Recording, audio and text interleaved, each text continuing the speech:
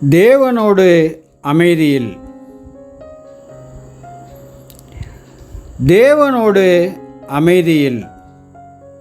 மேற்கு நாடுகளில் இயற்கையின் அழைப்பின் பேரில் ஆண்டின் இந்த வசந்த காலத்தின் போது பறவைகள் தெற்கிலிருந்து இடம்பெயர்ந்து வருவதை நம்மால் காண முடிகிறது. பனிக்காலத்தின் வெண்படலம் உருகி மெல்ல மெல்ல இளஞ்சூடான தட்பவெப்பநிலை நிலவி வருவதையும் நம்மால் உணர முடிகிறது. ஏதோ பூமி நீண்ட உறக்கத்திற்கு பின் விழித்தெழுவது போல் உள்ளது. ஆனால் ஆச்சரியம் என்னவெனில், இயற்கையில் இந்த சக்திகள் இயங்குவதை நம்மால் வெளிப்படையாக பார்க்க முடியாவிட்டாலும் அவை அனைத்தும் திரைமறைவாக இயங்கிக் கொண்டுதான் இருக்கின்றன. கண்ணால் பார்க்கக்கூடிய விஷயங்களுக்கு பின்னால் கண்ணுக்கு தெரியாத இயற்கையின் அற்புதமான தனி ஓர் உலகம் இயங்கிக் கொண்டிருக்கிறது. இயற்கை எங்கிலும் கவனித்து பாருங்களேன். வேதியியல் வினைகளும் எதிர்வினைகளும் சத்தமில்லாமல் தொடர்ந்து நடந்து கொண்டே இருக்கின்றன. எண்ணற்ற செடிகள் பூப்பதற்கு பின்னால் எண்ணற்ற உயிரணுக்கள் தங்கள் வேலைகளை செய்து கொண்டிருக்கின்றன. ஈரமான நிலத்திற்கு அடியில் வேர்கள் தாவர வாழ்க்கைக்கு அவசியமான நீரை உறிஞ்சி தாவரம் சாகாமல் பார்த்து கொள்கின்றன. ஈர்ப்பு விசையை எடுத்துக்கொள்ளுங்கள், அதுவும் கூட சத்தமில்லாமல் செயல்பட்டு வருகின்றன. சூரியனின் அக்டினிக் கதிர்களும் அப்படியே. இந்த அக்டினிக் கதிர்கள் என்பவை ஊதா மற்றும் புற ஊதா கதிர்கள் ஆகும். இந்த ஒளிக்கதிர்களே தாவரங்களில் வேதியியல் மாற்றத்தை ஏற்படுத்துகின்றன. இந்த செயல்பாடுகளின் வெளிப்படையான வெளிப்பாடுகளை கண்டு நாம் வியப்படைகிறோம். இவை அனைத்தையும் பேரண்ட பிரபஞ்சத்தை சிருஷ்டித்த தேவனே உருவாக்கினார் என்பதையும் நாம் எண்ணி பார்க்கிறோம். இவற்றை வைத்து பார்க்கும்போது சத்தமில்லா அமைதியிலிருந்து மகத்தானவை பிறக்கின்றன என்பதை நம்மால் அடையாளம் கண்டுகொள்ள முடிகிறது.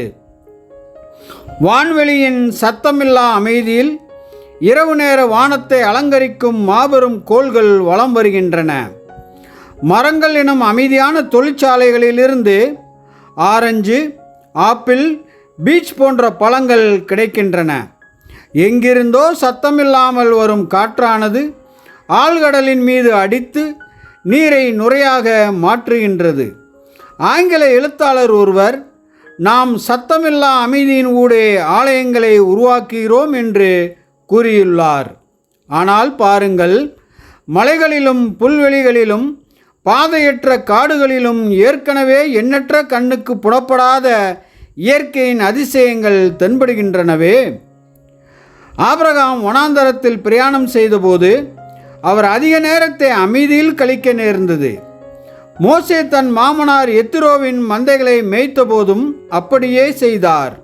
இப்படியாக இந்த முற்பிதாக்கள் அமைதியாக செயல்பட்டு வந்த அந்த மாபெரும் பேராற்றல்களுடன் தொடர்புக்குள் வந்ததன் மூலம் வல்லவர்கள் ஆனார்கள் என்றால் அது மிகையாகாது. குறிப்பாக இயேசுவை நாம் கவனிக்கலாம். அவர் அமைதியை நேசித்தார். குறிப்பாக தேவனோடு அமைதியில் கழிக்கும் பொழுதை மிகவும் நேசித்தார். தன் பிதாவின் வல்லமையின் கண்ணுக்கு தெரியாத செயல்பாடுகளில் இன்னும் முழுமையாக ஈடுபடுவதற்காகவும் பிதாவின் அன்பான சத்தத்தை கேட்பதற்காகவும் அவர் அடிக்கடி தனிமையில் நேரத்தை செலவிட்டார். எழுத்தாளன் ஒருவர் கூறுகையில், சிந்தனையாளர்கள் அமைதியில் நீண்ட நேரம் ஆழ்ந்திருப்பார்கள். பின்னர் அவர்கள் வெளிவந்து பேசும்போது அவர்களின் பேச்சாற்றல் நம்மை ஆட்கொண்டு விடுகிறது. கலையும் அப்படித்தான். ஒரு சிறந்த ஓவியத்தை பார்க்கும்போது அதன் அற்புத அழகை கண்டு நமது உள்ளம் ஓக்கிறது. ஆனால் அந்த ஓவியத்திற்கு பின்னால் உள்ள முழு கதையையும் நாம் அறிவோமா? அந்த அழகை கொண்டு வருவதற்கு பல வருட சிந்தனைகளும் அயராத உழைப்பும் இருந்திருக்கும் அல்லவா? அல்லது உங்களை ஆச்சரியப்படுத்தும் உற்சாகப்படுத்தும் ஒரு புத்தகத்தை கூட எடுத்துக்கொள்ளுங்கள். நமது பாஸ்டர் ரசல் அவர்களின் எழுத்துக்களைப் போல அந்த புத்தகத்தின் ஆசிரியர் வாழ்ந்து போராடி உழைத்து துன்பப்பட்டு கண்ணீர் வடித்து எழுதிய அந்த வார்த்தைகள் இப்போது நம்மை தூண்டி நமக்கு உதவுகின்றன. மனிதர்களை ஆசீர்வதிக்கும் ஒவ்வொரு நல் யோசனையையும் பிறந்து அழகான வடிவத்தை பெற்று ஓர் ஆசீர்வாதமாக மாறுவதற்கு முன்பு அது இருண்ட கருவறையொன்றில் கருவுறுகிறது. நமது செயல்கள் அனைத்தும் முதலில் எண்ணங்களில் கருவுறுகின்றன. கலைஞனின் ஓவியம், கலைஞனின் கவிதை, பாடகனின் பாடல், கட்டிடக் கலைஞனின் கட்டிடம் இவை அனைத்தும் அழகிய வடிவம் பெறுவதற்கு முன்பு எண்ணங்களாகவே காணப்பட்டன. அவை முதலில் சிந்தை எனும் அமைதியான அறைகளில் காணப்பட்டன. வசந்த காலத்தில் நாம் கவனிக்கும் அப்பேற்பட்ட மறுரூபமாகும் ஆற்றலை போன்றதொரு ஆற்றலை அவை உருவாக்குகின்றன. கண்ணுக்கு தெரிந்த மற்றும் தெரியாத இந்த இயற்கை விஷயங்களுக்கு பின்னால் பெரிய ஆவிக்குரிய விஷயங்கள் காணப்படுகின்றன. அந்த அந்தரங்க மறைவான இடங்களில்தான் நம்மை தேவ சாயலில் கட்டி எழுப்பும் சத்தியத்தின் கூறுகளை நம்மால் அடையாளம் காண முடிகிறது. இது வாழ்க்கையின் பரபரப்பிலும் இரைச்சலிலிருந்தும் நமக்கு வருவதில்லை. அதில் நம்மால் தெளிவாக மாபெரும் உண்மைகளை புரிந்து கொள்ள முடியாது. மாறாக அமைதியில்தான் பல வலிமையான உண்மைகளை நம்மால் புரிந்து கொள்ள முடிகிறது. இந்த வசந்த காலத்தில், இந்த நினைவூறுதல் காலத்தில் நம் இருதயங்களிலும் சிந்தைகளிலும் உள்ள அமைதியான அந்தரங்கத்திற்குள் சென்று அங்கு ஆவிக்குரிய மகத்தான விஷயங்கள் நடக்கின்றனவா அல்லது பின்வரும் ரீதியில் உள்ளனவா என்பதை நிதானித்து பார்ப்போமாக. ஏதோ உயிர் வாழ வேண்டுமே என்று வாழ்ந்து கொண்டிருக்கிறோமா? நமது ஆவிக்குரிய உயிர் துடிப்பு உறங்கிக் கொண்டிருக்கிறதா? நாம் ஒருவித மந்த நிலையில் காணப்படுகிறோமா? யார் கவலைப்பட போகிறார்கள் என்று சொல்லும் மனநிலையில் காணப்படுகிறோமா? நவீன தோட்டக்கலை நிபுணர்கள் குளிர்காலத்திற்கு பிறகு வரும் வசந்த காலத்தில் உங்கள் மரங்கள் விழித்தெழுந்து வளர வேண்டுமானால் மரத்தின் தண்டு பகுதியை ஒரு மண்வெட்டியால் தட்ட வேண்டும் அல்லது ஒரு ரப்பர் குழாயால் அடிக்க வேண்டும். அப்போதுதான் தண்டிலிருந்து கிளைகளுக்கும் இலைகளுக்கும் சாறு பாயும் என்று கூறுகிறார்கள். இதை கேட்கும்போது இது ஒரு கடுமையான சிகிச்சை போல தோன்றும். ஆனால் 1 கொரிந்தியர் 9:27 அப்போஸ்தலர் பவுல் பயன்படுத்திய முறையும் இதுவே. மற்றவர்களுக்கு பிரசங்கம் பண்ணுகிற நான் தானே ஆகாதவனாய் போகாதபடிக்கு என் சரீரத்தை ஒடுக்கி கீழ்ப்படுத்துகிறேன். இதன் அர்த்தத்தை பார்த்தால் நான் என் உடலை அச்சுறுத்தி அதை என் கட்டுப்பாட்டிற்குள் கொண்டு வருகிறேன் என்பதாகும். இது சுய பரிசோதனைக்கான காலம். நாம் நம்மை தூய்மைப்படுத்திக் கொள்ள வேண்டிய காலம். இது நம்முடைய பழைய புளித்த மாவை அகற்ற வேண்டிய காலம். நம்முடைய கிறிஸ்தவ பயணத்தில், கிறிஸ்தவ வாழ்க்கையில் நாம் புளிப்பை அகற்றுவதை அனுதினமும் செய்ய வேண்டியதில்லை என்பதாக அல்லாமல், மாறாக குறிப்பாக ஆண்டின் இந்த பருவத்தில் நம் இருதயங்கள் மற்றும் சிந்தைகளின் அந்தரங்க இடங்களை ஆராய்ந்து பார்த்து ஆவிக்குரிய மகத்தான காரியங்கள் நடக்கின்றனவா அல்லது ஒருவேளை ஆவிக்குரிய முன்னேற்றத்தில் குறுக்கிடும் தடைகளாக இருக்கும் சில விஷயங்களை நாம் அகற்ற வேண்டுமா என்று பார்க்க வேண்டும். நீங்கள் விசுவாசம் உள்ளவர்களோவென்று உங்களை நீங்களே சோதித்து அறியுங்கள். உங்களை நீங்களே பரீட்சித்து பாருங்கள். இயேசு கிறிஸ்து உங்களுக்குள் இருக்கிறார் என்று உங்களை நீங்களே அறியீர்களா? நீங்கள் பரீட்சைக்கு நில்லாதவர்களாயிருந்தால் அறியீர்கள் என்று 2 கொரிந்தியர் 13:5 பரிசுத்த பவுல் நமக்கு சொல்லுகிறார். கொரிந்தியரோ பவுல் தங்கள் மீது எந்த நல்ல செல்வாக்கையும் கொண்டிருக்கவில்லை என்றும் அவருடைய ஊழியமும் பலவீனமாகவும் அற்பமாகவும் இருந்தது என்றும் குற்றம் சாட்டியதாக பதிப்பானது காட்டுகின்றது. நாம் அறிந்தபடி பரிசுத்த பவுல் அவர்களுக்கு பதிலளிக்கும் போது அவர்களுடைய தற்போதைய நிலையை நிதானித்து பார்த்து அதை கடந்த காலத்துடன் ஒப்பிட்டு பார்க்கும்படியாகவும் கூறுகிறார். அதாவது அவ்வாறு ஒப்பிட்டு பார்ப்பதன் மூலமாக அவர்களின் வாழ்க்கையில் ஏதேனும் மாற்றம் ஏற்பட்டுள்ளதா என்று பார்க்கச் சொல்கிறார். மீண்டும் 1 கொரிந்தியர் 11:28 அதே அப்போஸ்தலன், எந்த மனுஷனும் தன்னைத்தானே சோதித்தறிந்து இந்த அப்பத்தில் புசித்து இந்த பாத்திரத்தில் பானம் பண்ண கடவன் என்று கூறுகிறார். கர்த்தருடைய பந்தியில் பாத்திரவான்களாக பங்கு பெற ஆயத்தமாவதற்கு தேவையான ஓர் எச்சரிப்பாக மட்டுமே பவுல் இங்கே இதனை குறிப்பிடுகிறார். நம்முடைய நிகழ்காலத்தை பார்ப்பதன் மூலம் நம்மால் நம்மை முழுமையாக அறிந்து கொள்வது சாத்தியமற்ற ஒன்றாகும். கடந்த கால வாழ்க்கையை பார்க்கும்போது நம்மால் ஓரளவுக்கே நம்மை அறிந்து கொள்ள முடிகிறது. ஒவ்வொரு நாளும் நம் செயல்கள் நம்மை ஆச்சரியப்படுத்துகின்றன. உங்கள் செயல்கள் உங்களை ஆச்சரியப்படுத்துகின்றனவா என்று எனக்கு தெரியவில்லை. ஆனால் என்னுடையவை என்னை ஆச்சரியப்படுத்துகின்றன. நாம் ஒருபோதும் செய்ய மாட்டோம் என்று நினைத்த காரியத்தையே நாம் அடிக்கடி செய்துவிடுகிறோம். ஆபிரகாம் ஈசாக்கை பலியிடும்படி அழைக்கப்படும் வரை தனது விசுவாசத்தின் வலிமையை உண்மையில் அறிந்திருக்கவில்லை.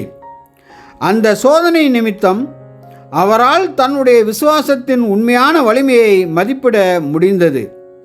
நினைவாற்றல் குறைவினால் கடந்த கால தவறுகளிலிருந்து நாம் பாடம் கற்றுக்கொள்ள தவறுகிறோம். நம்முடைய ஒவ்வொரு செயலிலும் பல நுண்ணிய விவரங்கள் உள்ளடங்கியுள்ளன. அவை பலவிதமான வேறு செயல்களுக்கு வழிவகுக்கின்றன. இந்த செயல்களில் ஒன்று மற்றொன்றிலிருந்து வேறுபடவும் செய்கின்றன. இப்படி சங்கிலி தொடர் போன்றுள்ள நம்முடைய செயல்களின் நிமித்தமாக நம்முடைய சொந்த நிலையை உண்மையாக சீர்தூக்கி பார்ப்பது என்பது நமக்கு சாத்தியமற்றதாகிவிடுகிறது. நினைத்த காரியத்தையே நாம் அடிக்கடி செய்துவிடுகிறோம். கிரேக்க தத்துவ ஞானிகளுக்கு பிடித்தமான ஒரு பொன்மொழி இருந்தது.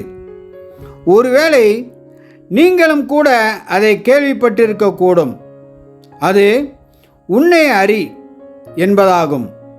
ஆனால் இந்த தத்துவம் ஒருவர் தனது செயல்கள், தனது கடந்த காலம் போன்றவற்றை உற்று நோக்குவதன் மூலமாக மாத்திரமே தங்களை பற்றி அறிந்து கொள்வார்கள் என்பதை கற்பிக்கவில்லை. பாருங்கள் சகோதர சகோதரிகளே, பலரால் கடுமையான சுய பரிசோதனை மூலமாக சிறந்தவர்களாக வளர முடிவதில்லை. உதாரணமாக, தீயவர்கள் தங்கள் சுய பரிசோதனை செய்தார்களே ஆனால் அவர்கள் எப்போதும் தங்களிடம் நன்மையே காண்பார்கள். தாங்கள் செய்ததையெல்லாம் சரியே என்று நிதானிக்க நேரிடும்.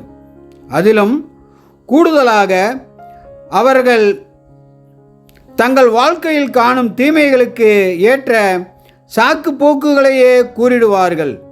மறுபுறம் நல்லவர்களோ தங்களுக்குள் தீமையை மாத்திரமே உற்று நோக்க நேரிடும். இப்படியாக தீமையை அந்த அளவிற்கு வெறுத்து தங்கள் வாழ்க்கையை குறித்து வருத்தப்பட்டு துயரத்திற்குள்ளாக நேரிடும். ஆரம்பகால காவற்கோபுர இதழ் ஒன்றில் சுய பரிசோதனை பற்றிய சிறந்த ஒரு கட்டுரை உள்ளது. அதன் தலைப்பு ஞானத்தின் கனிகள். இது நீதிமொழிகள் 12ஆம் அதிகாரத்தை அடிப்படையாக கொண்டு எழுதப்பட்ட ஒரு கட்டுரையாகும். அதில் சகோதரர் அவர்கள் மிகச்சிறந்த 13 கருத்துக்களை விளக்கியுள்ளார். அவை நீதிமொழியிலிருந்து எடுக்கப்பட்ட எளிய போதனைகளாகும். அவை மிகவும் தெளிவாகவும் நேரடியாகவும் இருப்பதால் அவற்றுக்கு கூடுதல் விளக்கம் கூட தேவைப்படாது. குறிப்பாக ஆண்டின் இந்த பருவத்தில் அவை கவனமாகவும் ஜெபத்தோடும் சிந்திக்க தகுந்த கருத்துக்களாக இருக்கின்றன. ஒவ்வொரு கர்த்தருடைய பிள்ளையும் அந்தரங்கத்தில் தேவனிடம் சென்று ஜெபிக்கும்போது தீவிரமாக சிந்தித்து பார்க்க வேண்டிய 5 சுய பரிசோதனை கேள்விகளை நாங்கள் பரிந்துரைக்க விரும்புகிறோம். இவற்றை நமக்குள் நாமே வினாவி நம்மை நிதானித்து பார்ப்போமாக. 1. என் இருதயத்தின் நோக்கங்கள் அனைத்தும் சுத்தமானதாகவும் நேர்மையாகவும் இருந்து அது நிமித்தம் கர்த்தருடைய தயவு இன்னும் நீங்கவில்லை என்கிற தொடர்ச்சியான உணர்வை அவை எனக்கு தருகின்றனவா? இதற்குரிய வேத வசனம் ஏசாயா 52:11. புறப்படுங்கள், புறப்படுங்கள், அவ்விடம் விட்டு போங்கள், அசுத்தமானதை தொடாதிருங்கள். கர்த்தருடைய பாத்திரங்களை சுமக்கிறவர்களே, அதன் நடுவிலிருந்து புறப்பட்டு உங்களை சுத்திகரியுங்கள். முதலாவதாக, நாம் சுத்தமுள்ள இருதயமுள்ளவராக இருக்கின்றோமா என்பதை கண்டறிய நம்மை நாமே அமைதியாக சோதித்து பார்ப்பது மிகவும் முக்கியமானதாய் உள்ளது. நம் இருதயத்தின் நிலையை கண்டறிய நம்மை நாமே புதிதாக சோதித்து பார்க்க வேண்டும். பின்வரும் வேதாகம வார்த்தைகளை நாம் மீண்டும் நினைவு கூறலாம். நம்மை நாமே நிதானித்து அறிந்தால் நாம் நியாயம் தீர்க்கப்படுவோம். நாம் நியாயம் தீர்க்கப்படும் போது நம்மை நாமே நிதானித்து அறிந்து நம்மை நியாயம் தீர்த்து கொள்ளவில்லையானால் கர்த்தராலே சிர்ச்சிக்கப்படுகிறோம். 1 கொரிந்தியர் 11:31-32.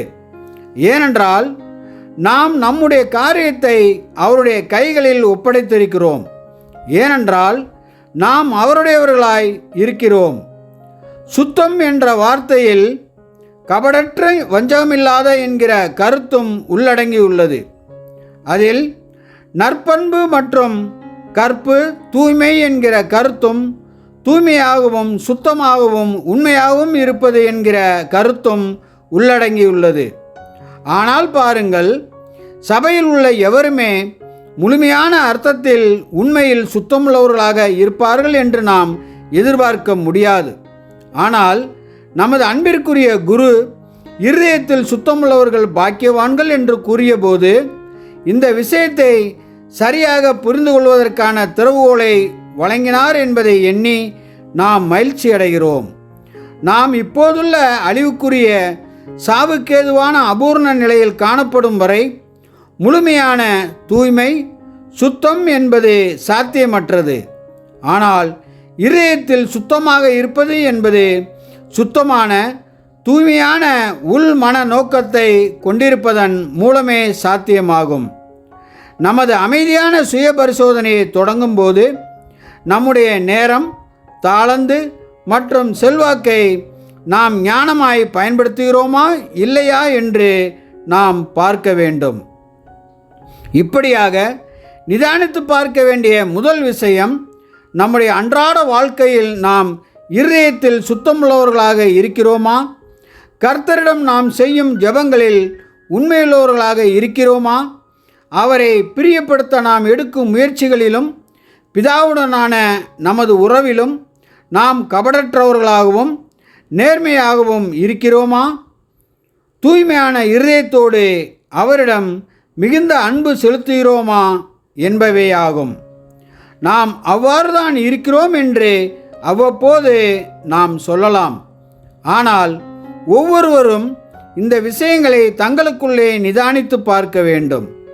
பரிசோதித்து பார்க்கும்போது கர்த்தருடனான நமது உடன்படிக்கை மற்றும் உறவு, அவருடைய வார்த்தையோடும் மற்றும் பிதாவோடும் தொடர்புடைய விஷயங்களில் நம் இருதயம் சுத்தமாக இல்லை என்று காண நேரிட்டால் நாம் தேவனிடம் மன்னிப்பு கேட்க வேண்டும். அவ்வாறு கேட்காமல் அடுத்த காரியம் என்று சென்றுவிடக்கூடாது. கர்த்தருடைய கிருபையின் உதவியால் நாம் இருதயத்தில் சுத்தமுள்ளவர்களாகவும் முயற்சியில் தூய்மையானவர்களாகவும் இருப்போம் என்று உறுதி பூண்டு கொள்ள வேண்டும்.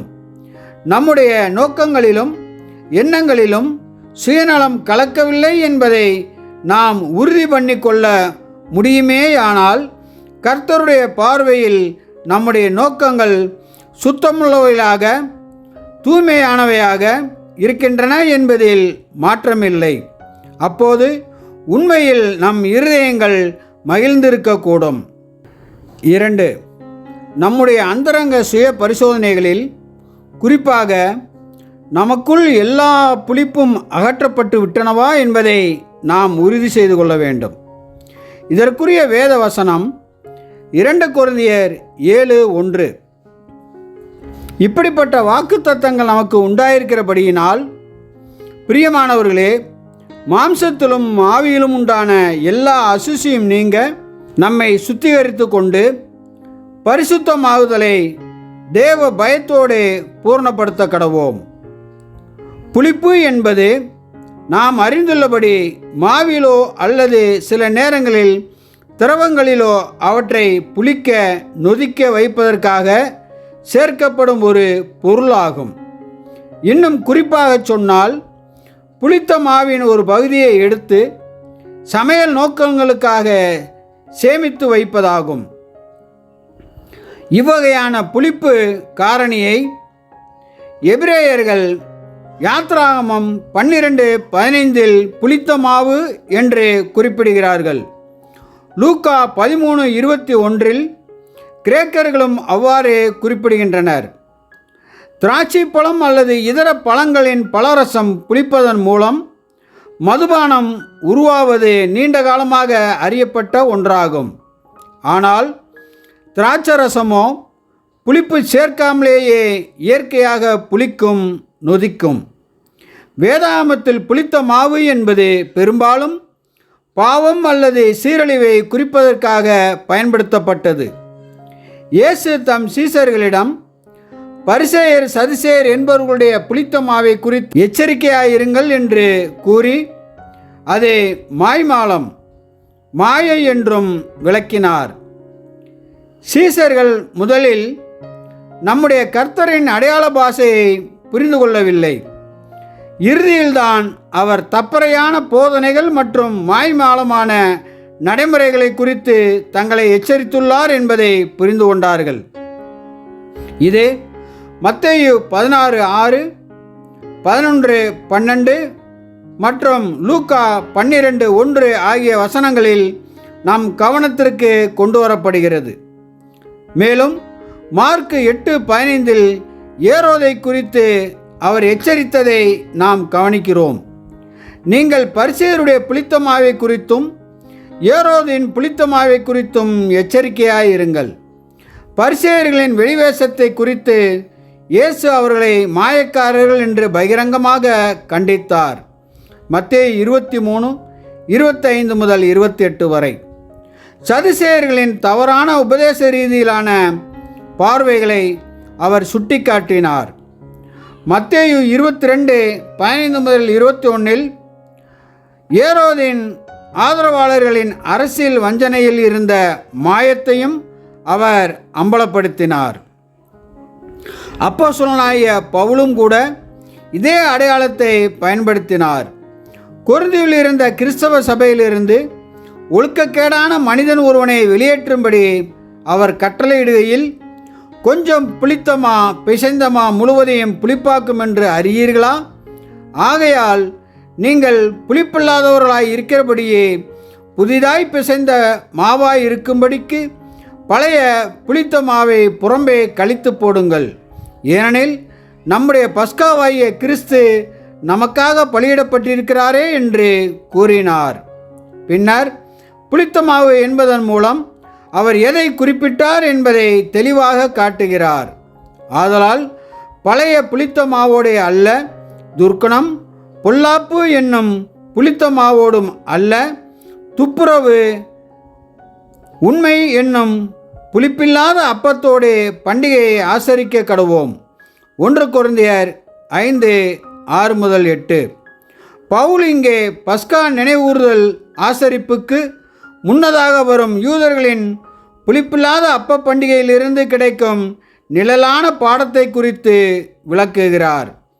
கொஞ்சம் புளித்தமா எப்படி முழு மாவையும் புளிப்பாக்குகிறதோ, அதேபோல அந்த ஒழுக்கக்கேடான மனிதனின் சீர்கேடான செல்வாக்கை அகற்றாவிட்டால் சபையானது கர்த்தருடைய பார்வையில் அசுத்தமாகிவிடும். இஸ்ரவேலர்கள் பஸ்காவின் போது தங்கள் வீடுகளில் புளித்த மாவை வைத்திருக்கக்கூடாது என்பதைப் போலவே அவர்களும் சபையும் தங்கள் மத்தியில் இருக்கும் புளித்த மாவை அகற்ற வேண்டும் என்கிற ரீதியில் கூறுகிறார். புளித்த மாவு என்பது சீரழிவோடு தொடர்புடையது என்பதை எபிரேயர்கள் மட்டுமல்லாது மற்ற புறஜாதி மக்களின் மனங்களிலும் இருந்ததை நாம் கவனிக்கிறோம். ப்ளூடாக் என்கிற கிரேக்க வாழ்க்கை வரலாற்றாசிரியர், புளித்தமா என்றாலே அது சீரழிவின் பிள்ளையாகும், கெட்டுப்போக வைக்கும் வஸ்து ஆகும். அதுதான் கலக்கப்படும் மாவின் முழு பகுதியையும் கெடுத்து விடுகிறது என்று கூறியிருந்தார். ஆமோஸ் 4:5 வழிதவறிய இஸ்ரவேலர்களிடம் யெகோவா தேவன் ஒருவித முரண்வாக்கிய பாணியில் பேசுவதாக காண்கிறோம். புளித்த மாவுள்ள ஸ்தோத்திர பலியோடு தூபங்காட்டி உற்சாக பலிகளை கூறி தெரியப்படுத்துங்கள். இஸ்ரவேல் புத்திரரே, இப்படி செய்வதே உங்களுக்கு பிரியம் என்று கர்த்தராகிய ஆண்டவர் சொல்லுகிறார். அதாவது பெத்தேலிலும் கில்காலிலும் அவர்கள் செய்யும் எல்லா வழிபாடுகளும் தமக்கு எதிரான மீறுதலாக இருந்தன. எனவே அவர்கள் பலிபீடத்தின் மீது புளிப்பில்லாத அப்பத்தோடு புளித்த மாவு போன்று கட்டுப்பாடின்றி எதை வேண்டுமானாலும் படைக்கட்டும் என்கிற ரீதியில் தேவன் அவர்களிடம் கூறினார். அவர்கள் விக்கிரக ஆராதனை செய்து கொண்டிருந்ததால் அவர்கள் பலி செலுத்தினாலும் அவை அனைத்தும் வீணாகவே கருதப்பட்டன. இஸ்ரவேலர்கள் தங்கள் வீடுகளையும் நிலங்களையும் எந்த ஒரு புளித்த மாவும் இல்லாதபடி எவ்வளவு துல்லியமாகவும் முழுமையாகவும் கண்ணும் கருத்துமாக சுத்தம் செய்தார்கள் என்பதை நீங்கள் எப்போதாவது யோசித்து பார்த்ததுண்டா? யாத்திராகமம் 12:15 யாத்திராகமம் 12:15 மற்றும் 13:7 குறிப்பிடப்பட்டுள்ள அந்த முழுமையான சுத்தம் செய்யும் முறையானது இக்காலம் வரை பின்பற்றப்படுவதை நாம் காண்கிறோம். அவர்கள் தங்கள் மாவு பிசையும் பாத்திரங்கள், ரொட்டி சமைக்கும் பாத்திரங்கள், ஏன் தங்கள் டோஸ்டர்களை கூட ஒதுக்கி தள்ளிவிடுகிறார்கள். இடுக்குகளில் உள்ள சிறிய ரொட்டி துணிக்கை இருப்பதற்கு சாத்தியம் இருந்தால் கூட அவர்கள் அதை வைத்து கொள்வதில்லை. ஆண்டின் இந்த பருவத்தில் தங்கள் வீட்டில் ஒரு சிறிய துணிக்கை இருப்பதை விட அந்த பொருளையே தூக்கி எறிவதை அவர்கள் மேலாக கருதுகிறார்கள். நம்முடைய இருதயங்கள் மற்றும் மனங்களிலிருந்து பழைய புளித்த மாவை அகற்றுவதில் நாம் இந்த அளவிற்கு கவனமாகவும் முழுமையாகவும் கண்ணும் கருத்துமாக இருக்கிறோமா? சிந்திக்கலாம். பழைய புளித்தமா என்பது நீண்ட கொடிய பாவங்களை குறிக்கிறது. துர்க்குணம், வன்மம் என்பது கெட்ட எண்ணம், வெறுப்பு மற்றும் இருதயத்தின் தவறான நிலையை குறிக்கிறது. வாக்குவாதம், புறம்பேசுதல், பிறர் பேரில் தீமையான அனுமானங்களை சந்தேகங்களை ஊகிப்பது மற்றும் மாம்சம் மற்றும் பிசாசின் பிற கிரியைகளும் இதில் அடங்கும். நம் இருதயத்தின் எந்த பகுதியிலாவது இதில் ஒரு சிறிய துணிக்கை மிஞ்சி இருந்தாலும் நம்முடைய இருதயம் தூய்மையானவை, சுத்தமானவை அல்ல. உதாரணமாக, உங்களுக்கு நெருக்கமான ஒருவர், உங்கள் குடும்பத்தினர் அல்லது சகோதர சகோதரில் ஒருவர் ஒரு புதிய வீட்டை வாங்கியிருக்கலாம், அல்லது புதிய வீட்டு உபயோகப் பொருட்களை அல்லது புதிய கார் ஒன்றை வாங்கியிருக்கலாம். ஏன் 2 பேருக்கு இவ்வளவு பெரிய வீடு தேவை? ஏன் இவ்வளவு ஆடம்பரமான அலங்காரங்கள்? நான் அங்கு சென்றபோது பழையவையே நன்றாகத்தானே இருந்தன. ஏன் இவ்வளவு பெரிய ஆடம்பரமான கார்? பழைய காரில் எந்த குறையும் இல்லையே என்பது போன்ற எண்ணங்கள் உங்கள் மனதிற்குள் வருகிறதா? அல்லது வாயின் வார்த்தைகளாக வெளிப்படுத்துகிறீர்களா? இத்தகைய எண்ணங்கள் உங்களுக்குள் இருந்தால் அங்கே இன்னும் சில புளித்த மாவு துணிக்கைகள் மீதம் இருக்கக்கூடும். உங்கள் சகோதர சகோதரிகள் மீது முன்பு இருந்ததை விட இப்போது அன்பு குறைந்திருப்பதாக உணர்கிறீர்களா? ஒருவேளை அவர்களிடம் அதிக குறைகளை காண்கிறீர்களா? அவர்களுடன் பேச விரும்பாமல் இருக்கிறீர்களா? மனக்கசப்புகளை வைத்திருக்கிறீர்களா? அப்படியானால் அங்கே இன்னும் சிறிய புளித்த மாவு துணிக்கைகள் மீதம் இருக்கக்கூடும். நம்முடைய வார்த்தைகளை எடுத்துக்கொள்ளலாமே, அவை வீணான வார்த்தைகளாக இருக்கின்றனவா? ஒவ்வொரு வீணான வார்த்தைக்கும் நாம் கணக்கு ஒப்பித்து வருகிறோமா? அல்லது அவை மெதுவாக பெரும் குவியலாக குவித்து வைக்கப்பட்டு வருகின்றனவா? ஒருவேளை நாம் விசுவாசத்தின் மூலம் கிறிஸ்துவினால் அளிக்கப்படும் புண்ணியத்தினால் ஈடு செய்யப்பட்ட நமது மனம் திரும்பினால் நாம் குற்றத்திலிருந்து விடுவிக்கப்படுவோம். இல்லையெனில் கர்த்தரை கனவீனப்படுத்தும் வீணான வார்த்தைகள் நமக்கு எதிராக நின்று நம்மை தண்டிக்கும். அதன் பின்வரும் விளைவுகளை நாம் அனுபவிக்க வேண்டியிருக்கும். 1. முதல் விளைவு, நமக்கே காயத்தை ஏற்படுத்தி கொள்வோம். ஏனெனில் தேங்கி கிடக்க அனுமதிக்கப்படும் ஒவ்வொரு தீய எண்ணமும் அல்லது வார்த்தையும் நம்முடைய குணத்தை கடினப்படுத்தி விடுவதோடு கூட அது நம்மை அநீதியை நோக்கி நகர்த்தி கொண்டு போய்விடும். 2. இரண்டாவது விளைவு, மற்றவர்களுக்கு ஒரு தவறான முன்மாதிரியாக அமைவதோடு கூட அவர்களுக்குள் தீமையை தூண்டி விடுபவர்களாகி விடுவோம். மெதுவான பிரதியுத்தரம் உக்கிரத்தை மாற்றும், கடுஞ்சொற்களோ கோபத்தை எழுப்பும். நீதிமொழிகள் 15:1 என்பதை நாம் நினைவு கூறுகிறோம். ஞானமற்ற அன்பற்ற வார்த்தைகளை பேசுவதன் விளைவாக நம்மை சுற்றி சிக்கல்களை உண்டு பண்ணிடுவதற்கு வாய்ப்பு உள்ளது. இவை நம்மை சுய கட்டுப்பாடு மற்றும் மற்றவர்களின் உணர்வுகளுக்கும் கருத்துக்களுக்கும் மதிப்பளித்தல் ஆகிய பாடங்களை கற்றுக் கொடுக்கும் தண்டனைக்குரிய நீதி சரிக்கட்டப்படும் கருவிகளாக மாற நேரிடும். சில நேரங்களில் நம்முடைய சொந்த தவறுகளின் விளைவாக ஏற்படும் சோதனைகளுக்காக கர்த்தர் மீதோ அல்லது பிசாசின் மீதோ பழி சுமத்தப்படுகிறது. முதலில் தங்களுக்குள் இருக்கும் பிரச்சனையின் காரணத்தை கண்டறியாமல் வெறுமனே கர்த்தரிடம் அவற்றை நீக்கி போடும்படிக்கு ஜெபம் செய்வது என்பது பயன் தராது. கர்த்தருடைய வார்த்தைக்கு கீழ்ப்படிவதன் மூலமும் தீவிரமான சுய சீர் செய்தலின் மூலமும் தங்களால் எவ்வளவு முடியுமோ அவ்வளவையும் அவர்கள் நீக்கி போட வேண்டும். நம்மை நாமே நிதானித்து அறிந்தால் நாம் நியாயம் தீர்க்கப்படுவோம். நாம் நியாயம் தீர்க்கப்படும் போது உலகத்தோட ஆக்கினைக்குள்ளாக தீர்க்கப்படாதபடிக்கு கர்த்தராலே சிட்சிக்கப்படுகிறோம். 1 கொரிந்தியர் 11:31-32. அவனவன் தன் சுய இச்சையினாலே இழுக்கப்பட்டு சிக்குண்டு சோதிக்கப்படுகிறான். யாக்கோபு 1:14.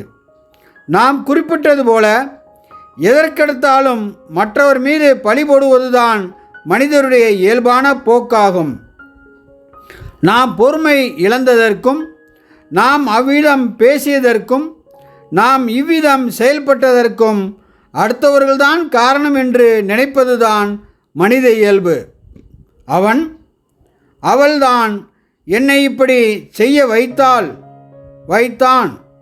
எல்லாரும் என்னைப் போலவே நியாயமான மற்றும் தாராளமான குணம் கொண்டிருந்தால் எங்கள் குடும்பம் அல்லது எங்கள் சபை சொர்க்க பூமியாக இருக்கும்.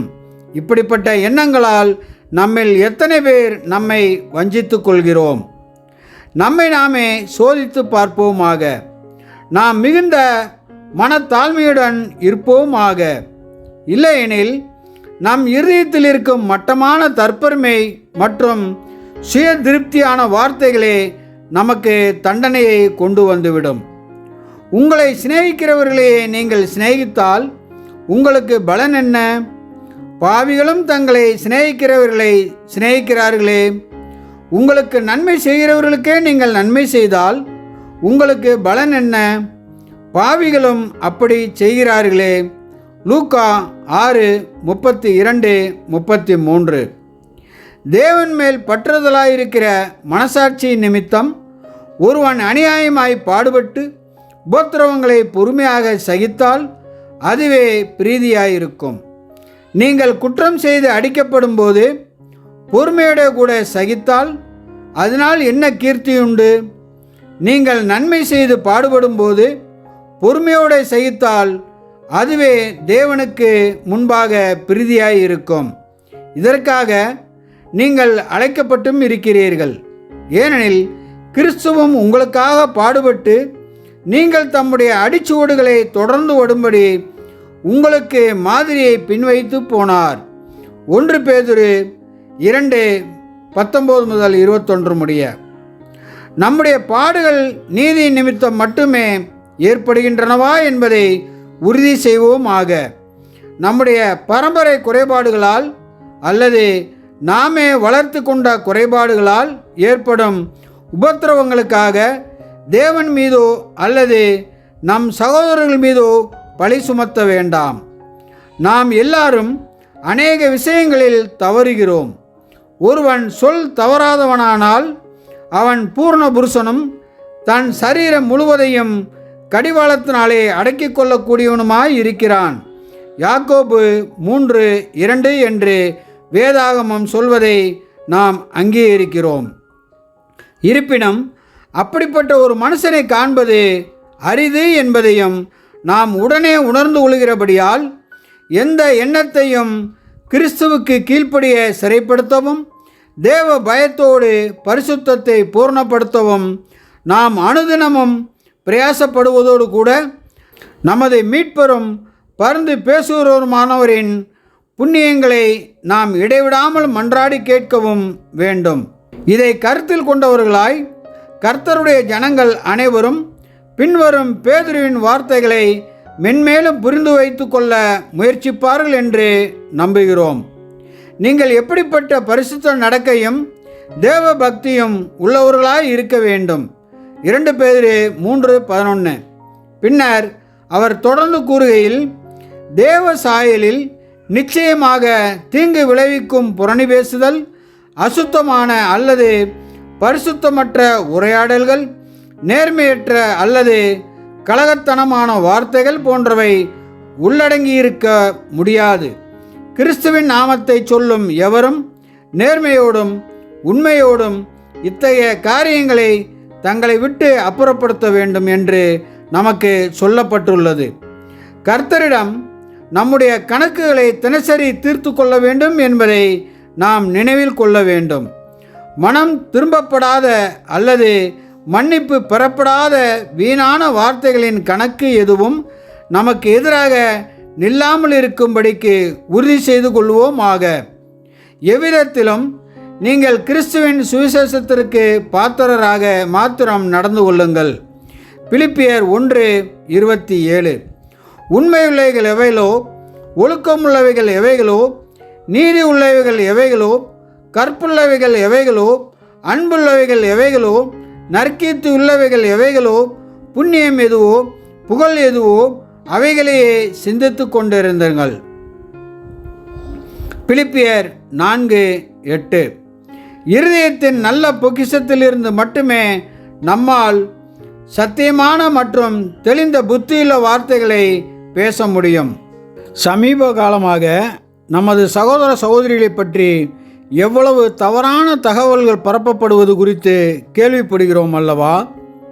பேச்சாளர் 40 ஆண்டுகள் முன்பு தனது நாளில் நடந்த உதாரணத்தை குறிப்பிடுகிறார்.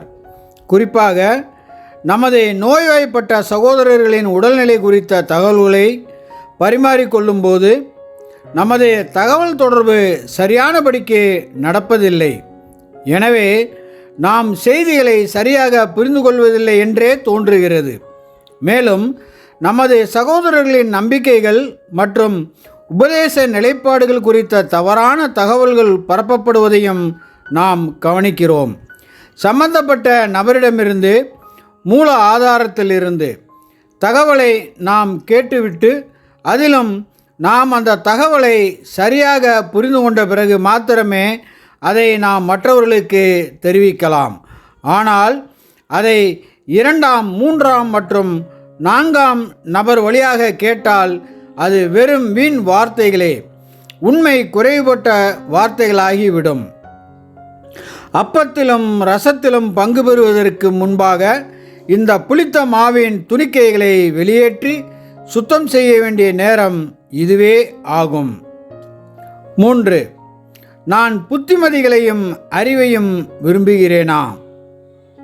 இதற்குரிய வேத வசனம் சங்கீதம் 141:5. நீதிமான் என்னை தயவாய் குட்டி என்னை கடிந்து கொள்ளட்டும், அது என் தலைக்கு எண்ணெய் போலிருக்கும், என் தலை அதை அல்ல தட்டுவதில்லை. அவர்கள் இக்கட்டுகளில் நான் இன்னும் ஜெபம் பண்ணுவேன். தேவனுடைய வார்த்தையிலும் அவருடைய மேற்பார்வைகளிலும் நான் அனுதினமும் புத்திமதிகளையும் அறிவுரைகளையும் நாடி தேடுகின்றேனா? கடிந்து கொள்ளுதலை செவிமடுத்து கருத்தில் கொள்ள நான் எப்போதும் ஆயத்தமாக இருக்கிறேனா? அல்லது நான் அதை வெறுத்து ஒதுக்குகிறேனா? ரீபிரிண்ட்ஸ் நம்பர் 5693, பக்கம் 156. நீதிமான் என்னை தயவாய் குட்டி. ஜெபத்தின் மூலமாகவும் கர்த்தருடைய ஏற்பாடுகளுக்கும் பிரமாணங்களுக்கும் கீழ்ப்படிய நாடுகிறவர்களாக இருப்பதன் மூலமாகவும் தேவனோடு ஐக்கியம் கொண்டிருக்கும் வகுப்பார். சங்கீதம் 141 சங்கீதக்காரன் கூறியது போல, நீதிமான்களால் கடிந்து கொள்ளப்படும் போது வருத்தப்பட புண்பட மாட்டார்கள். மாறாக இவர்களுக்கு அந்த கடிந்து கொள்ளுதல் பூர்வ காலங்களில் ஒரு விருந்தினர் உபசரிப்பு அளிப்பவரிடமிருந்து பெற்றுக்கொள்ளும் நறுமண தைலத்தைப் போல இருக்கும். ஜெபத்தின் மூலம் தேவனோடு ஐக்கியம் கொண்டுள்ள கிறிஸ்தவரை பாருங்கள். அப்போஸ்தலர் விவரிக்கும் ஆவியின் கனிகளாகிய சாந்தம், தயவு, கனிவு, பொறுமை, நீடிய சாந்தம், சகோதர சிநேகம், அன்பு என்பவைகளை இருதய பண்புகளாக கொண்டிருப்பார்கள். கலாத்தியர் 5:22-23, 2 பேதுரு 1:5-8 வரை. அவர்கள் இப்பேற்பட்ட குணங்களை கொண்டிருப்பதால் அவர்கள் எளிதில் வருத்தப்பட புண்பட மாட்டார்கள். மாறாக கர்த்தருடைய மேற்பார்வை அவர்களுக்கு தரும் அனுபவங்களையும் பாடங்களையும் மனப்பூர்வமாக ஏற்றுக்கொள்வதில் சந்தோஷமே அடைவார்கள். குறிப்பாக இவை சகோதர சகோதரிகள் மூலமாக வரும்போது, அதுவும் அந்த சகோதர சகோதரிகள் கலாத்தியர் 6:1 சொல்லப்பட்டபடி தாங்களும் சோதிக்கப்படாதபடிக்கு தங்களை தாங்களே காத்து கொண்டு சாந்தத்தோடு கிறிஸ்தவ முறையில் இந்த கடிந்து கொள்ளுதலை செய்யும்போது அது ஏற்புடையதாக இருக்கும். அத்தகைய சந்தர்ப்பங்களில் அதே ஆவியோடு கொடுக்கப்பட்டு அதே ஆவியோடு பெறப்படும் கடிந்து கொள்ளுதலானது கர்த்தரிடமிருந்து வரும் ஆசீர்வாதமாக இருக்கும். அத்தகைய வேதாகம பூர்வமான கடிந்து கொள்ளுதலால் அவர்களின் தலைகளோ இருதயங்களோ நொறுங்கி போவதில்லை. மேலும் அவர்கள் காயப்படுத்துவதற்காக அல்லாமல் உதவுவதற்கேதுவாக மற்றவர்களுக்கும் இதே முறையில் புத்துமதி கூற கற்றுக்கொள்கிறார்கள். ஒருவருக்கொருவர் வரும் இக்கட்டுகளில் ஒருவர் மற்றவருக்காக ஜெபம் பண்ணுவார்கள். அவருடைய தீர்மானத்தின்படி அழைக்கப்பட்டவர்களாய் தேவனிடத்தில் அன்பு கூறுகிறவர்களுக்கு இக்கட்டு போன்று தோன்றும் ஆபத்துகளும் வாழ்வின் சகல காரியங்களும் நன்மைக்கு ஏதுவாகவே நடக்கும். இந்த ஆலோசனையையும் கடிந்து கொள்ளுதலையும் நாம் மதித்து உணர்கிறோமா? அல்லது நான் என்ன செய்ய வேண்டும் என்று சொல்ல யாருக்கும் உரிமை இல்லை என்கிற உலகப் பிரகாரமான மனப்பான்மை நமக்குள் நுழைந்து விடுகிறதா? இது நமது இருதயம் எனும் அமைதியான மறைவான இடங்களில் ஆழமாய் சிந்தித்து பார்க்க வேண்டிய ஒன்றாகும். 4. என் வாழ்க்கையில் பிள்ளையாக, கணவனாக, மனைவியாக, தந்தையாக, தாயாக என் குடும்பத்தில் ஆற்ற வேண்டிய பொறுப்புகளில் எனக்கென்றுள்ள என் பங்கை நான் உண்மையுள்ளவனாக நிறைவேற்றுகிறேனா? இதற்குரிய வேத வசனம் 1 தீமோத்தேயு 5:8.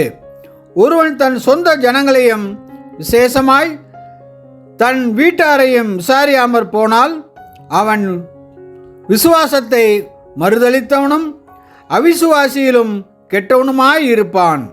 பாருங்கள், மகன் ஒருவன் ஆலயத்திற்கு பெருந்தொகையை வழங்கினால் அதன் பிறகு அவன் தன் பெற்றோருக்கு செய்ய வேண்டிய கடமைகளிலிருந்தும் ஆதரவிலிருந்தும் விடுவிக்கப்படலாம் என்று கூறி தேவனுடைய கற்பனையை அவமாக்கின பரிசேயர்களை இயேசுவே கடிந்து கொண்டதை நாம் நினைவு கூறலாம். மத்தேயு 15:4-6 முடிய. இப்பேற்பட்ட தேவனுடைய கற்பனையை கர்த்தர் ரத்து செய்வார் என்று நாம் நினைக்கலாமா? இயேசுதாமே தமது மரண நேரத்திலும் கூட தன் தாயை நினைவுகூர்ந்து அம்மையாரை யோவான் சீசனிடம் ஒப்படைத்ததை நாம் நினைவில் கொள்கிறோம். இப்படி இருக்க பெற்றோரை கைவிடுமாறு அவர் மற்றவர்களுக்கு போதித்தார் என்று நாம் சொல்ல முடியுமா? பெற்றோரை பார்த்து கொள்வதில் எவ்வளவு நேரமும் கவனமும் கொடுக்கப்பட வேண்டும் அல்லது தேவைப்படுகிறது என்பது அவரவர் சூழல் பொறுத்தது என்றாலும் அந்த கடமை நம்முடையது என்பதை நாம் மறந்துவிடக்கூடாது. கிறிஸ்துவின் ஆவியின் செல்வாக்கின் கீழ் இயேசுவின் போதனைகளை விவரித்து கூறிய அப்போஸ்தலனாகிய பவுல், புருஷர்களே உங்கள் மனைவிகளில் அன்பு கூறுங்கள், அப்படியே கிறிஸ்துவும் சபையில் அன்பு கூர்ந்து தம்மைத்தாமே அதற்காக ஒப்பு கொடுத்தார் என்று எபேசியர் 5:25-27 கூறினார். நிச்சயமாக அவர் இதில் போதகருக்கு முரணாக சொல்லவில்லை. இயேசுவின் சீசர்கள் என்று சொல்லிக்கொள்பவர்கள் தங்கள் குடும்பத்தை பராமரிக்க தவறினால் அவர்கள் அவிசுவாசிகளை விட மோசமானவர்கள் என்றும் அத்தகைய போக்கின் மூலம் அவர்கள் கர்த்தரின் உண்மையான போதனைகளை மறுதலிக்கிறார்கள் என்றும் அதே அப்போஸ்தலன் எழுதினார். மனைவிகளே, கர்த்தருக்கு கீழ்ப்படுகிறது போல உங்கள் சொந்த புருஷருக்கு கீழ்ப்படியுங்கள். எபேசியர் 5:22. சபையானது கிறிஸ்துவுக்கு கீழ்ப்படுகிறது போல மனைவிகளும் தங்கள் சொந்த புருஷர்களுக்கு எந்த காரியத்திலேயும் கீழ்ப்படிந்திருக்க வேண்டும். எபேசியர் 5:24. இந்த விதிகளும் ஒழுங்குமுறைகளும் பல நூற்றாண்டுகளாக மாறவில்லை. உலகத்தின் செல்வாக்கும் நமது தற்போதைய சமுதாயம்தான் இந்த அர்த்தங்களை மாற்றி நீங்கள் அடையாளம் காணக்கூடிய அனைத்து வகையான சிக்கல்களையும் ஏற்படுத்தியுள்ளது. நமது இருதயத்தின் அந்தரங்க அறைகளில் இந்த கடமைகளை குறித்து ஆராய்ந்து பார்ப்பது மிகவும் பயனுள்ளதாக இருக்கும். அடுத்து, சில பெற்றோர்களே தங்கள் சொந்த பிள்ளைகளுடன் தொடர்புடைய பாக்கியத்தையும் பொறுப்புகளையும் உணர்ந்திருப்பதாக தெரிகிறது. நீதிமொழிகள் 22:6 நாம் நினைவு கூறுகிறோம். பிள்ளையானவன் நடக்க வேண்டிய வழியிலே அவனை நடத்து, அவன் முதிர் வயதிலும் அதை விடாதிருப்பான். குடும்பத்தில் வளர்ந்து வரும் பிள்ளைகளை கொண்டுள்ள ஒரு கிறிஸ்தவ தாயோ அல்லது பாட்டியோ நீதி மற்றும் கர்த்தருக்கு பயப்படும் பயபக்தி என்பவற்றை சார்ந்த போதனைகளை வழங்குவதில் வீட்டிலும் சரி சபையிலும் சரி தனது தாளந்துகளையும் திறன்களையும் பயன்படுத்துவதற்கு நிச்சயமாக பரந்த வாய்ப்புகளை பெற்றுள்ளனர்.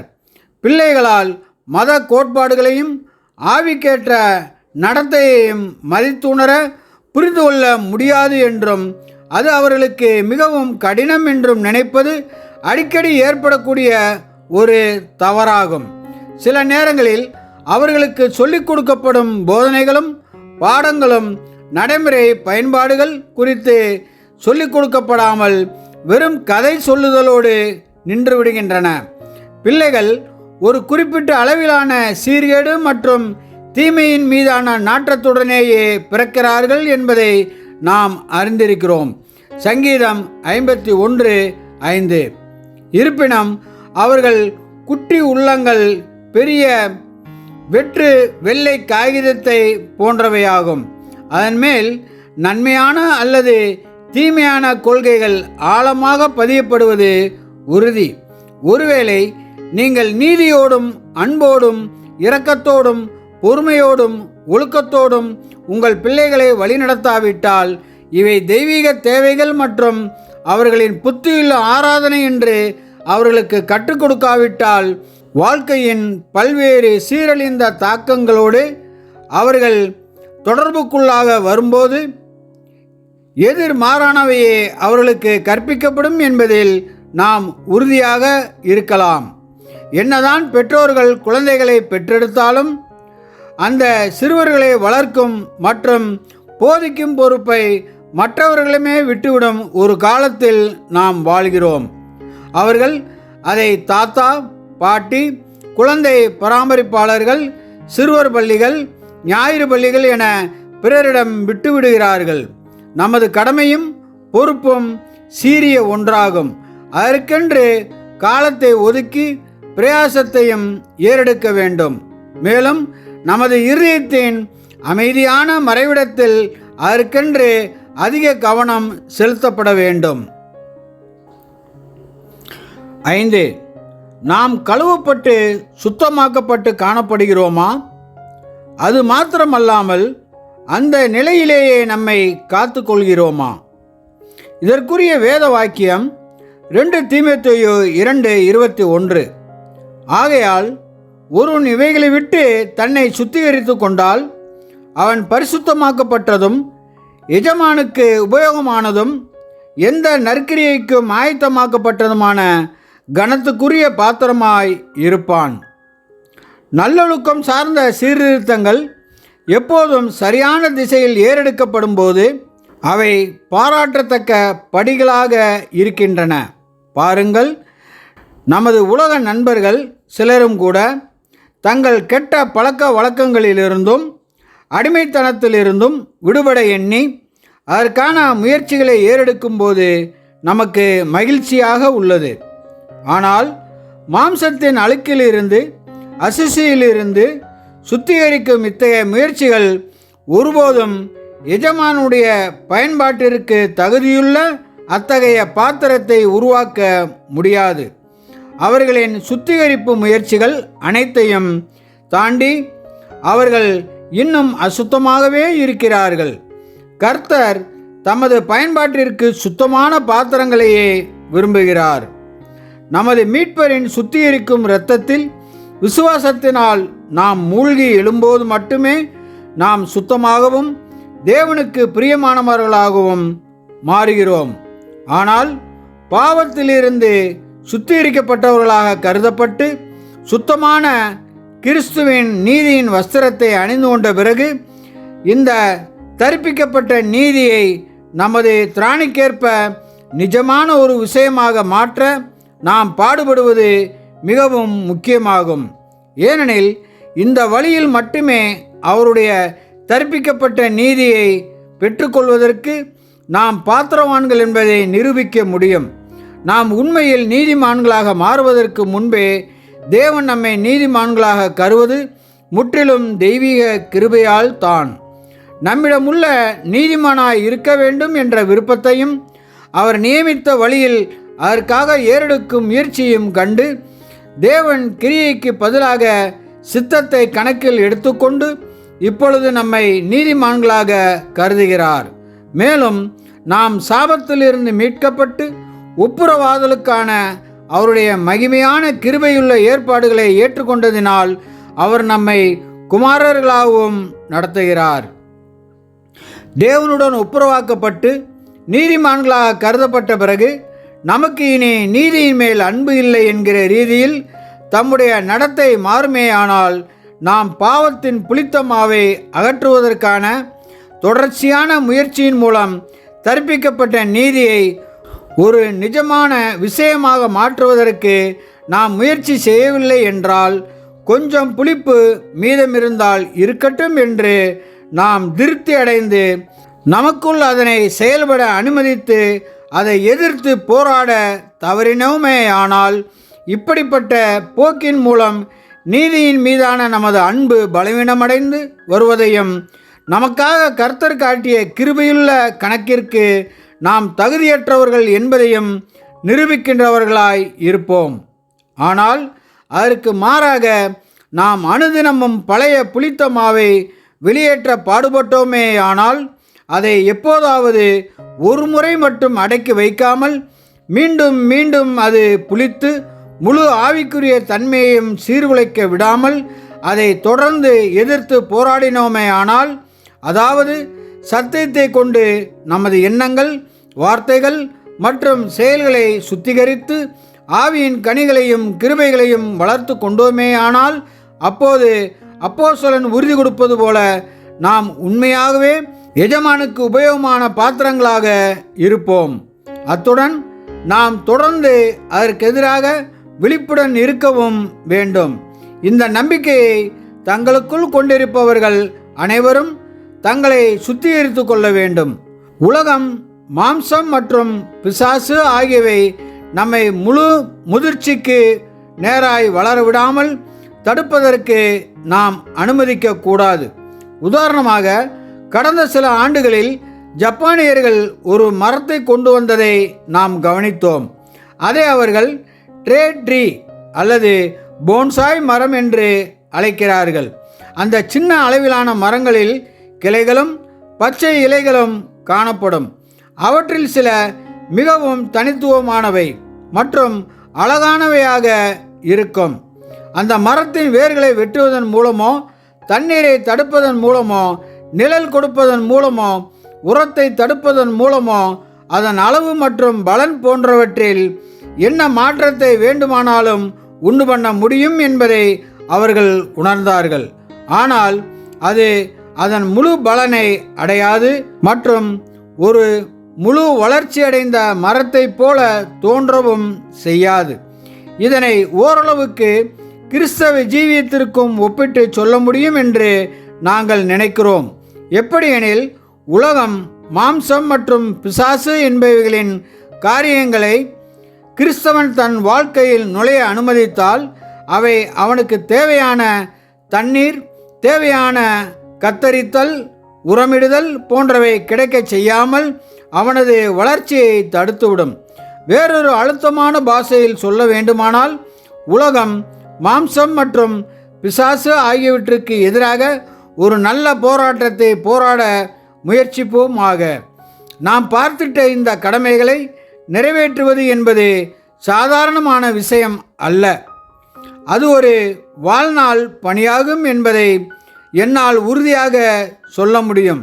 மேலும் முடிவிலும் கூட நமது குணாதிசயத்தின் மீதமுள்ள குறைபாடுகளை மூடி மறைப்பதற்கு கிறிஸ்துவின் நீதியின் வஸ்திரம் நமக்கு தேவைப்படும் என்பதை உணர்ந்து கொள்வோம். முடிவுரை.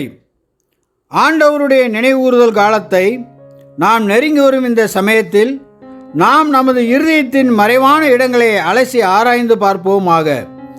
இருதயத்தின் அமைதியான மறைவினில் ஆண்டின் வசந்த காலத்தைப் போல ஆவிக்குரிய அற்புதமான விஷயங்கள் நடக்கின்றனவா என்று பார்ப்போமாக.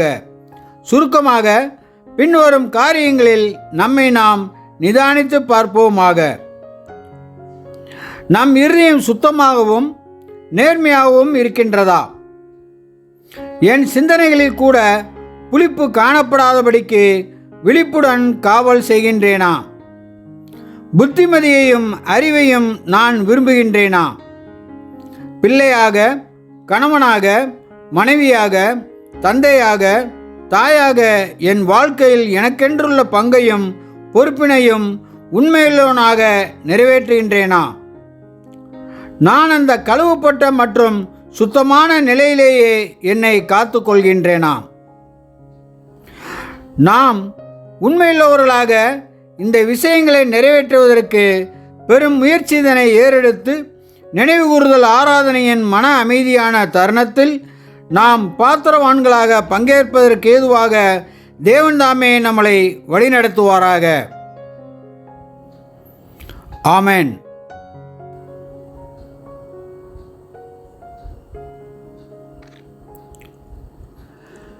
பின் இணைப்பு.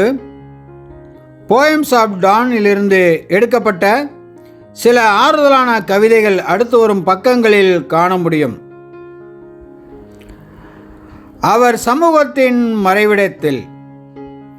எலன் லக்ஷ்மி கோரே என்பவரால் எழுதப்பட்ட கிறிஸ்தவ பாடலின் தமிழாக்கம். அவர் சமூகத்தின் மறைவிடத்தில் மறைந்து கொள்ளவே எவ்வளவா எந்தன் ஆத்துமாவும் பிரியப்படுகின்றதே. இயேசுவின் பாதத்தருகே நான் கற்கும் பாடங்களோ ஓ எத்தனை அருமையானவே. இம்மைக்குரிய கவலைகள் என்னை வருந்தினாலும் சோதனைகள் என்னை ஒருபோதும் மாய்த்து விடாதே. சாத்தான் என்னை சோதிக்க நெருங்குகையிலே மறைவிடமே என் தஞ்சமாகுமே. என் ஆத்துமா சோர்ந்து தாகமா இருக்கையிலோ அவர் செட்டையின் நிழலில் கீழன்றோ குளிர்ச்சியான இனிய புகலிடமும் தெளிந்த நீரோடையும் எனக்கு உண்டல்லவோ. என் இரட்சகர் என்னை அரவணைத்து அமர்ந்திடவே அந்த இனிமையான ஐக்கியத்தில் மூழ்கினோமே. அவ்வாறு சந்திக்கையில் அவர் உதிர்க்கும் வார்த்தைகளை நான் முயன்றாலும் என்னால் விவரிக்க இயலாதே. ஒன்று மட்டும் செய்தேனே, அவரிடம் என் ஐயங்கள், துயரங்கள், அச்சங்கள் யாவையும் இறக்கி வைத்தேனே. அவரோ நீடிய பொறுமையாய் செவி கொடுத்து வாடும் என் உள்ளத்தை தேற்றுகின்றாரே. அவர் என்னை கண்டிப்பதில்லை என எண்ணுவீரோ? என்னில் அவர் காணும் குறைகளை என்னிடம் அவர் சொல்லாவிடில் அவர் சிநேகிதம் பொய்யாய் போய்விடுமன்றோ? பிரியமில்லாத என் சொல்லையும் எண்ணத்தையும் பிரித்தெடுத்து அவர் உணர்த்தாவிடில் அவரை என்னால் இவ்வளவாய் நேசிக்க இயலுமோ? இல்லை. அவரோ அதி உண்மையுள்ளவர் அன்றோ? அதனாலே அவரில் நான் இன்னும் நம்பிக்கை கொள்வேனே. சில நேரம் அவர் எனக்கு கடும் காயத்தை ஏற்படுத்தினாலும் அப்போதும் அவர் என்னில் அன்பு கூறுவதை நான் அறிவேனே. ஆண்டவரின் இந்த மறைவிடத்தின் இனிமைதனை நீங்களும் அனுபவிக்க வேண்டுமா? அவர் நிழலின் கீழ் ஓடி தஞ்சம் புகுந்திடுங்கள். அதுவே உங்களின் நற்பலனாகுமே.